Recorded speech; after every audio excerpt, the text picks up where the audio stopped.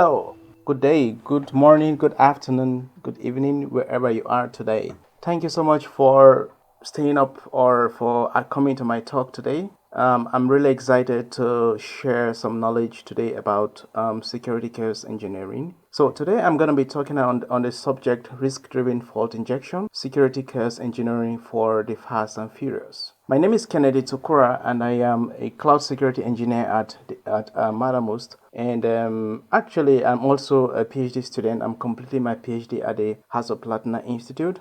And my PhD is on cloud security, and therefore I'm going to be sharing knowledge about part of the things that I researched on and some of the theorems that I proposed and also evaluated as part of my doctoral thesis. So let us start off with a definition of security chaos engineering. And we're going to be borrowing the definition that is being proposed by Aaron Reinhardt, who is also the creator of security chaos engineering. He defines it as the identification of security control failures through proactive experimentation to build confidence in the system's ability to defend against malicious conditions in production. So some similarities actually between definition of chaos engineering and that of security chaos engineering, but the key differences here are that we are trying to look at how we can identify security control failures and how we can defend against malicious conditions. So some differences, basically, chaos engineering tries to address availability problems, and that is done by employing resiliency patterns. So resiliency patterns, strategies like timeouts, blockades, circuit breaker are being used, to inject failures and to identify, problems that might affect the availability of services. On the other hand, security chaos engineering addresses availability also, and a slightly different kind of availability. This time around, availability problems that might be caused by malicious actions, for example, denial of service attacks. Security chaos engineering also tries to look at integrity and confidentiality. Whatever might impact on this. On integrity or confidentiality or availability, which are the three principles of security. Usually we call it the CIA triad. And how that is done is by employing the existing controls that we have been using in cybersecurity. For example, the preventive controls. We're talking about mechanisms like firewalls, detective controls like intrusion detection systems, corrective controls, for example, incident response systems. So security chaos engineering tries to verify that these controls are working the way they are supposed to work in an environment, and if they're not working that way, that's going to be notified, that's going to be identified. And the key big picture here is to be able to detect security blind spots that or that these systems are not able to see, they're not able to identify. So what's the importance of applying security chaos engineering in the current dispensation? Today we live in a cloud native world, and actually our systems are getting more and more complex. And according to Bruchner, in an essay he wrote, A Plea for Simplicity, the core message in that article was that complexity is the worst enemy of security. And essentially that is what we're seeing today. Our systems are becoming more and more complex, and this makes it harder for security to be even effective, because security professionals can only defend systems that they are able to understand. The more they understand the system, the better they have a chance of defending it or even identifying when there are malicious or insecure events in that system. Also, another problem we see is there is an increase of attacks against cloud infrastructure. A few years back, there were already attacks actually when we saw hackers penetrating the Amazon Web Services, the account of Tesla, to be able to spawn virtual machines to mine bitcoins. And doing this, they were able to hide their tracks in a way that their infiltration was not even noticed. And later on, we also saw other kinds of attacks. For example, the exploitation of S3 buckets, where attackers were able to successfully, have access, unauthorized access to S3 buckets and exfiltrate very sensitive information. However, things are actually getting worse. Attackers are becoming much more organized. And in a recent report, the Cloud Native Threat Report that was released by the Aqua Security team, they actually showed that these attacks are getting more and more complicated. They are getting more and more sophisticated against cloud native infrastructure. They were able to deploy a set of honeypots in the wild, and based on this, they are able to, gather attacks as they happen, and they are able to analyze it. So there are more and more attacks coming up, against cloud native infrastructure. Another problem we see is the problem of new kinds of attacks, or let's say new security problems. And one of the most common one is that of misconfiguration. So according to Gartner, in the next from now on up to 4 years ahead, there's going to be a lot of problems that are caused by misconfiguration. And as you know, we've heard a lot about, I just mentioned about S3 buckets, and then the major reason why these buckets are being they're being attacked is because of misconfiguration. And 99% of attacks against cloud infrastructure are going to be caused by users' faults, majorly the inability to configure or inability to deploy cloud assets in a way that they are secure. And these things are being caused by, essentially, I put it into two main reasons. There's a knowledge gap, as regards what is expected from people who are using the cloud, and there's insufficient tooling support to help them to be able to deploy, or to be able to deploy the infrastructure properly. And we can easily see this. So we have on the screen here two policies, which are access control policies for Amazon Web Services. On the extreme right here is a policy that actually is quite large, and most of the time people are expected to pick up these policies, to manage them, to edit them by themselves by hand, actually doing it manually. And this is a very, very tangible example of what I'm talking about: insufficient tooling support for security. So also, as we observe, there's a lot of new trends coming up, that are all actually aligned with the digital transformation agenda. We got DevOps, we have the CI/CD pipeline, we have a lot of people are shifting their workloads to the left. They want to be able to be fast. They want to be able to agile. They want to be able to basically make use of the new trends, new technologies to take it as an advantage for themselves. And unfortunately, this is not easy for security to handle, because the traditional model of security is, like we see, to be able to take care of infrastructure that is more or less static, doesn't really change. And this is how security has been in the last two decades or even 3 decades. Most of our security systems are designed to protect those kind of systems, that are static, and the new trends have become, they're a problem for security. Security is more like quite confused these days. You see, the traditional security mechanisms are basically struggling to catch up with these recent trends. And so there is a new kid in the block, a new concept coming up called the cloud native security. And essentially, cloud native security is about securing cloud native infrastructure, which kind of summarizes the new trends we're seeing these days. Like as I mentioned in the last slide.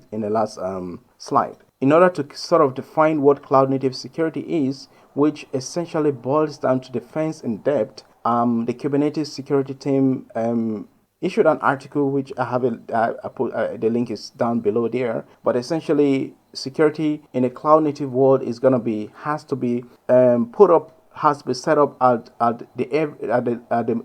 every layer of the cloud native infrastructure. So starting from the internal one, the inner layer, we got the code layer, which is the most common one to ask, because we've been writing software for many years, many decades. So security has to be embedded in our code using things like static code analysis or dynamic code analysis. The next layer is the container.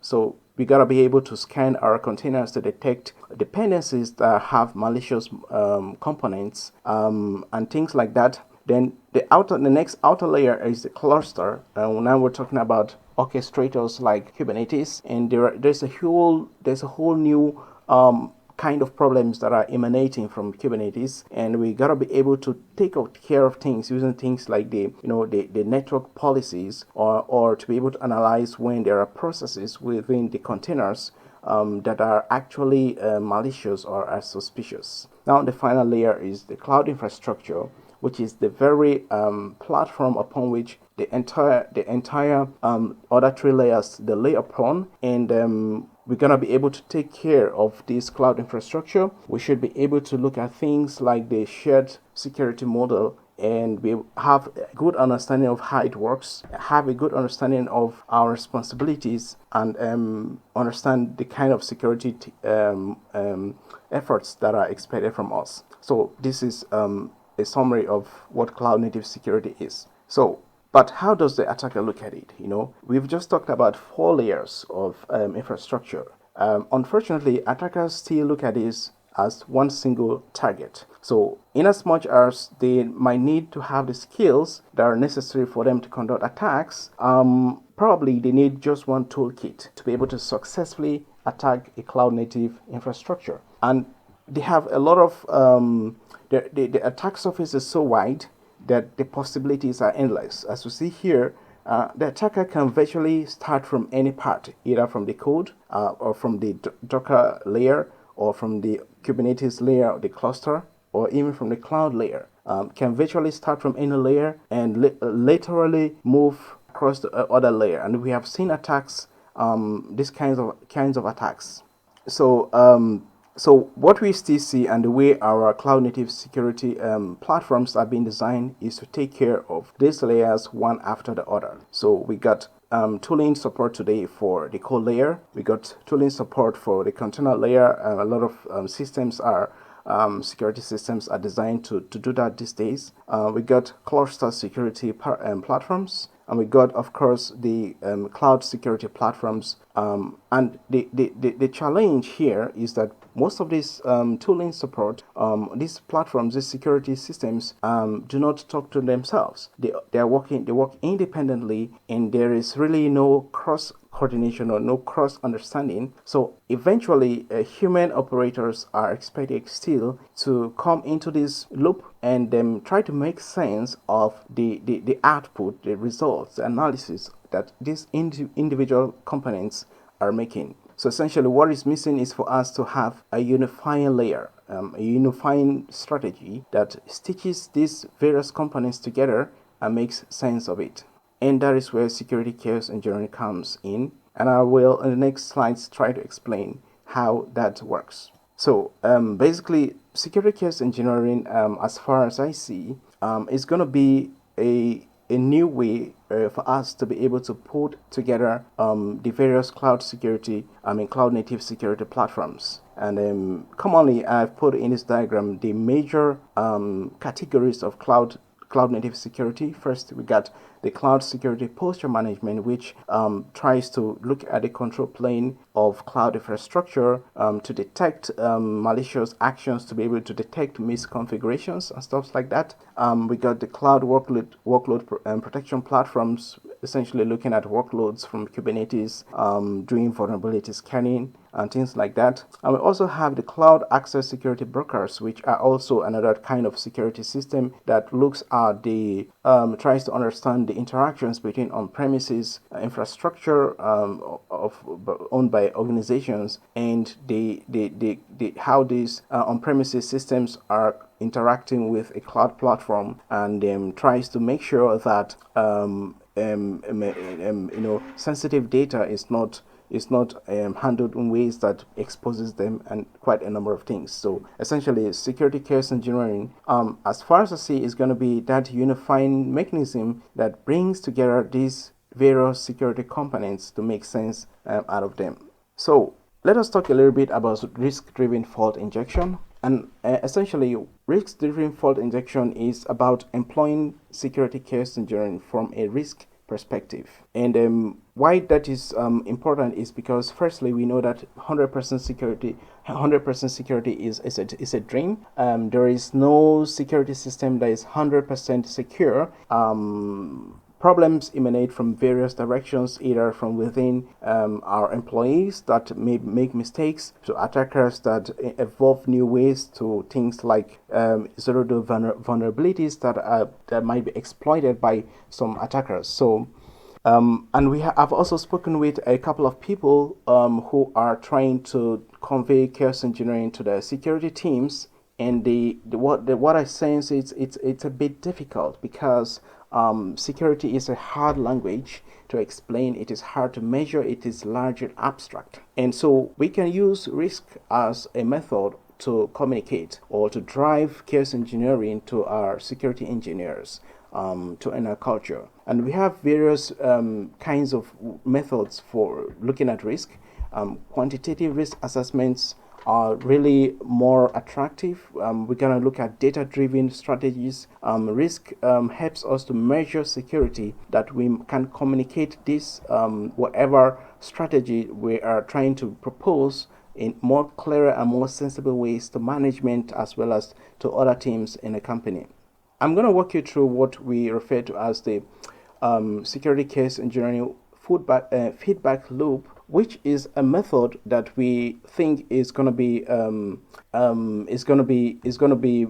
drive the implementation of security case engineering much better and much constructively in an organization. It consists of 5 parts, and essentially this is a feedback loop, and which it helps in autonomous, which is an adaptation of the MAPK feedback loop that has been used in autonomous computing systems. And the idea here is how we can take security case engineering and push towards it become an automated system that works behind the scenes and works together with other security systems, in a way that hardens security and makes security much better. So the first part of this group is execute, and here we have to talk about what is the aim of the experiment. So if you want to conduct a security chaos engineering experiment, you want to be able to clearly define the aim. What do you want to achieve?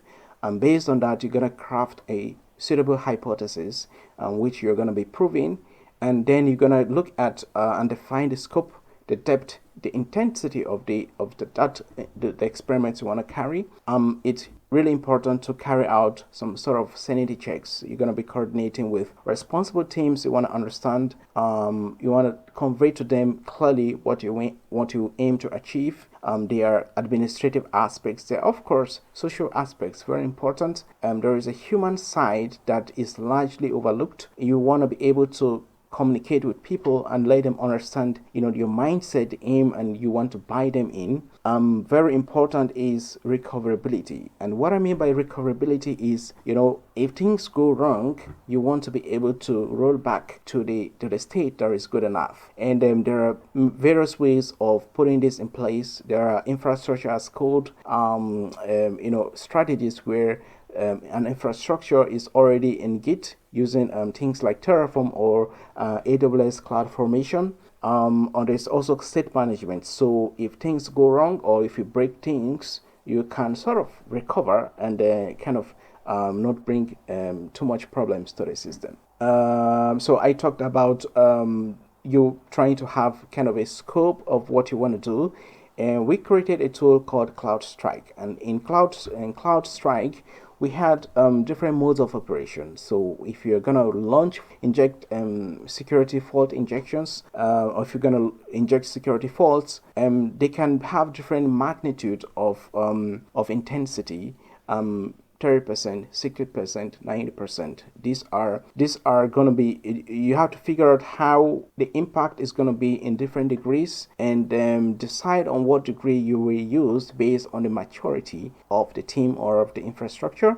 And you could have an attack scenario where actually we had, and I'm going to give an example in the next slide, where we had we could chain various attacks to sort of form a scenario. So it's to simulate a real life, simulate how attackers move in real life, because attackers they launch series of attacks, to be able to achieve their objective. So here we have a table which has different attacks which we use in CloudStrike. So we got the cloud resource we want to attack, the action that we want to take, and just a brief description. The first line, we got the user, so we create a new random user. This is an action, and you could kind of, like I said, have a scenario where you link 3 or 4 or more of these various individual actions, and that is going to form an attack scenario. And here is a an example of the experiments we carried out. We start with creating a user called Bob. Get buckets. We select a random bucket from that which we got from Amazon Web Services, and we create a malicious policy, and we assign Bob. We assign Bob access into the bucket using the policy. And in this case, we want to be able to see whether our security system, whatever security system you're using in the cloud, maybe it's cloud security posture management or something as simple as CloudTrail, you want to see whether it's able to detect these activities. When you created a new user, was it flagged? Did the cloud security mechanisms detect it? How long did it take for a notification to reach you, for example? Also similar for when you create a malicious policy, are you able to detect that a malicious policy was created? So the second point on the stage of the feedback loop is monitor. So once you start injecting failures, you want to be able to monitor the progress. This is pretty important that you have sort of either a logging system where you are able to see the logs in real time, or you have an observability systems, and there are a lot of them coming up these days, or you have event tracing. So whatever you have that gives you clear visibility into the progress of the attack, because essentially you want to be able to stop the experiment if things begin to go too bad, and you want to be able to recover. As I said, you want to be able to have recoverability, which makes it possible for you to roll back to the good state. Of course, this is the third part. The third stage is about analyzing. So assuming everything, even if you had a failure, if you had to stop the experiment, it's critically important that you have to understand why it failed. You learn, you get some lessons from what happened, what went wrong, why did the experiment fail, so you can have another trial. And if you succeed, you want to be able to derive questions, derive answers to the questions you posed at the beginning of the planning stage. And essentially what we are talking about from a security perspective is looking at, this is an example of the OWASP risk rating methodology. And so since we are proposing a risk-based methodology, it is pretty important for a good analysis to understand exactly the results you got from the experiment. You want to understand the kind of threat agents that might exploit this attack. You want to look at the attack vectors, the vehicles they're going to use to conduct such an attack. You want to understand exactly the problem, the vulnerability that was detected. So because eventually you're going to have to fix that. You want to understand the security controls that were compromised, and other important things. What is the technical impact of that attack, and of course the business impact. We think if you are able to sort of have this clear understanding or this clear analysis of the experimental results, it even makes it much easier to convey, to get a buy-in from management, for example. So the fourth stage of the security case engineering feedback loop is about planning. So you want to plan for the next iteration of your experiments, because the idea is to have a continuous system. So in this case, you're going to have to create things like backlogs, for vulnerability management, for whatever teams that are responsible for, to fix the things, the security problems that were detected. This might mean you're reaching out to the security operations teams, development teams, and also threat modeling. I think the knowledge that is going to be gained from security case engineering is a knowledge that can be used for threat modeling, or things like security awareness training for teams, because you must understand that what you have at the end of a security case engineering experiment is about you've been able to understand the problems in the system, meaning that you have knowledge about what might happen in the future, and it's different from what you get from traditional systems, which they try to explain about what has happened. Here you're trying to explain what might happen in the future, so it's really, really proactive. So you want to be able to fix, as I said, the issues you saw, and also construct hypotheses for the next iteration of experiments. So this is like the last part of it, which is very critical part. And talking about automation, we want to have a knowledge base. So every result that you got from the security case engineering experiments, imagining that you were able to construct reports. So for us in our tool CrowdSec, every security case engineering experiment had a report, and that report was put into a sort of knowledge base, which might be just some database where you put in your reports, and this gives you access to greater possibilities. For example, you can create CloudWatch rules to trigger alarms for specific events. You could create rules for your cloud security posture management system. You could create rules for identity and access management analyzer. You could also do a lot of things. So what we see here is nowadays actually the concept of SIEM is actually getting obsolete, because SIEM systems are beginning to struggle to even manage data or to be able to analyze security information properly. And we see here that it's possible that security case engineering is put into the so-called security data lake, which is more and more becoming a much preferred way for putting together security information, so that you can get some sort of intelligence from it. So security case engineering, the reports you get can be put into a security data lake, and where you have other source of information like the threat intelligence source. We're getting a lot of information from threat intelligence source, the feeds that tell you about things like malicious IP addresses and things like that. You have the ETL things, all the log analytics systems. They push their knowledge, they push the output of the analysis to this place, to this central data lake, and so we see that security case engineering results can also eventually live in such a security data lake and give users much better and much more contextual information to use to harden their security system. We also like to point you to some of the papers we wrote.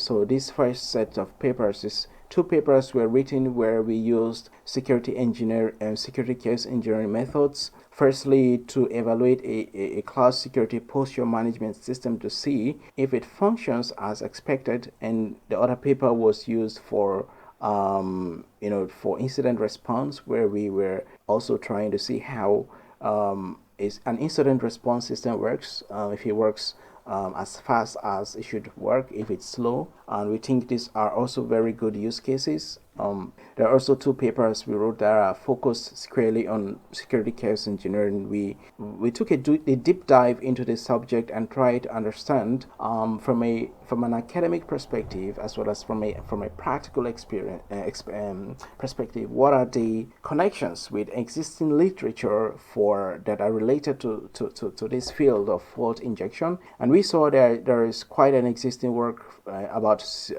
security fault injection, more under the canopy of dependability, and we think it's kind of exciting to explore these related works to have a better understanding of security case engineering. And last is I want to point out the security chaos engineering book that was released actually last year, and we had a very good opportunity to contribute to this book. And if you are really interested in understanding security chaos engineering, I will really recommend this book to you. And also you can have the time, you can also have a look at our publications, and you will have a much better understanding of this field. So this brings me to the end of my talk.